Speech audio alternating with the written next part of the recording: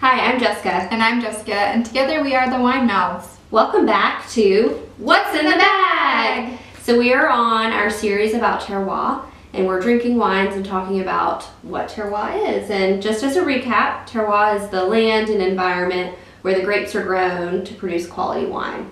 So we are on to our second wine in this bag. If you missed our first one, go check it out. It's a good one. But for this wine, we are going to be drinking a Chianti.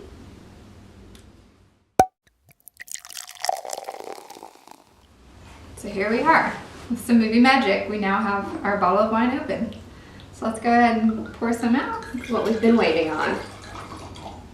So Chianti is the region, not the grape that the wine is made from. It's actually a traditional blend with the predominant grape being Sangiovese, at least 70% traditionally.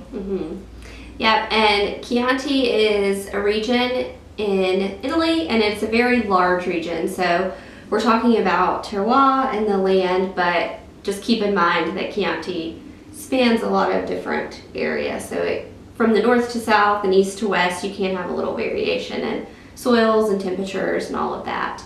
If you're trying to buy a Chianti, you can look for a Chianti Classico. It's kind of the upper echelon of Chiantis, and it's more focused on terroir. It's from a more sub-region, smaller area. So Chianti comes from Italy, specifically the Tuscany region, and it's still Old World. So we're talking Old World, which is really the strong, where terroir kind of reigns king, I guess is a good way to put it. So they're really tied to terroir in Italy and France, like we talked about in our last episode, more so than the New World, where people are a little more creative. Yeah. So just to touch a little bit, we are talking a little bit about soil with terroir. A big aspect of terroir is the soil in which the grapes are grown. So Chianti is known for their soil, and forgive me if I pronounce this wrong, but it's an albarese soil. And it just means that it's a mixture of clay and limestone. So there's some larger stones in it, and it can contribute to a mineral salt kind of in the soil, and the clay has an impact on water drainage and all of that with the soil. So yeah, and so then moving on to climate, Chianti has a big range in temperatures between day and night. So it's really warm during the day, cools off a lot at night. And that's important for the grapes, but overall it's a warm climate. So getting more of those fruity, bold flavors as opposed to lighter, less ripe fruits. And also it doesn't really rain much in the summer there, but they do get rain in the winter. And that's the ideal time to get it for the grapes. Yes.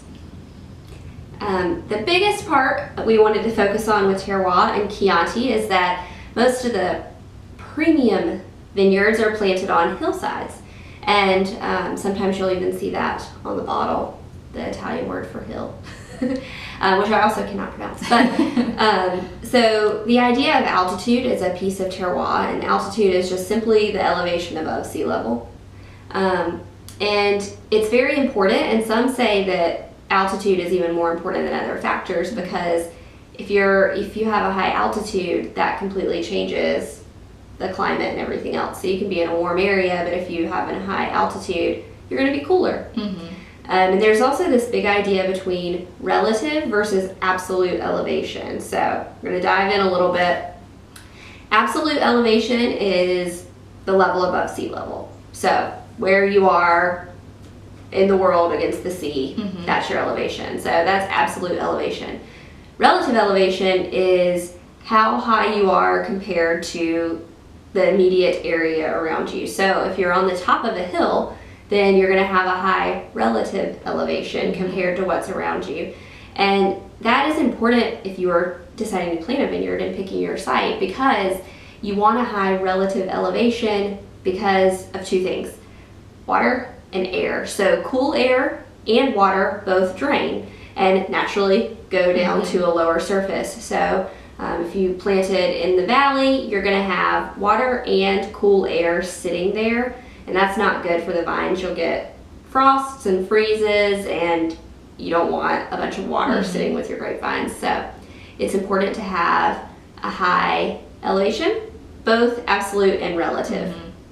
And you'll find that this translates in different vineyards different ways. Like certain rows of grapes will do great, and then you go down a little ways and it's completely different. So it's just an interesting fact. Yeah, and I feel like every vineyard has that one area that may be lower lying than the rest that just does not do as good. Yep. All right. Can we do it now? Yeah, I can. All right, so it's got a beautiful color.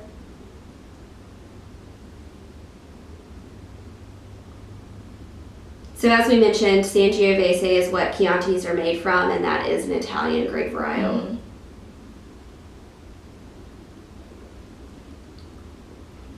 Oh, that's good. Yeah, Sangioveses are usually more lean. They're not your big, super bold. They're more food-friendly, fruity. Yeah, good with Italian food like pizza. Pizza, flatbreads.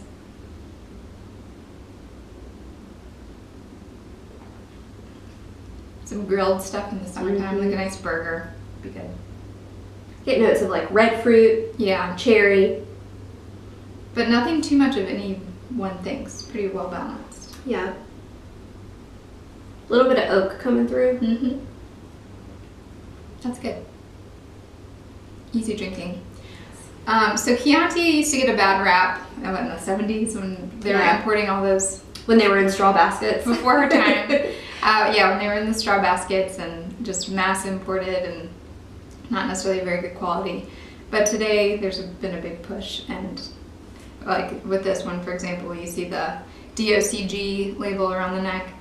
So yeah, there's just been a big push from Italy to increase the quality.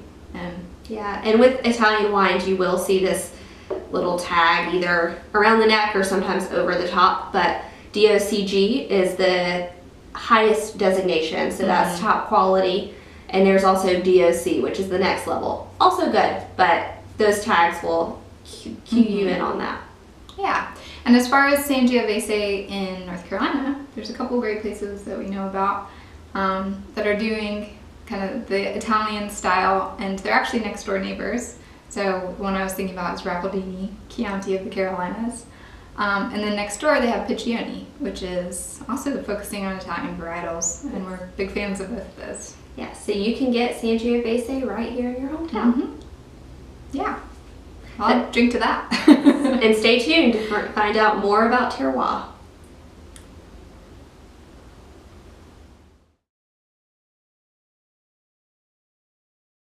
And don't forget, embrace your wine mouth.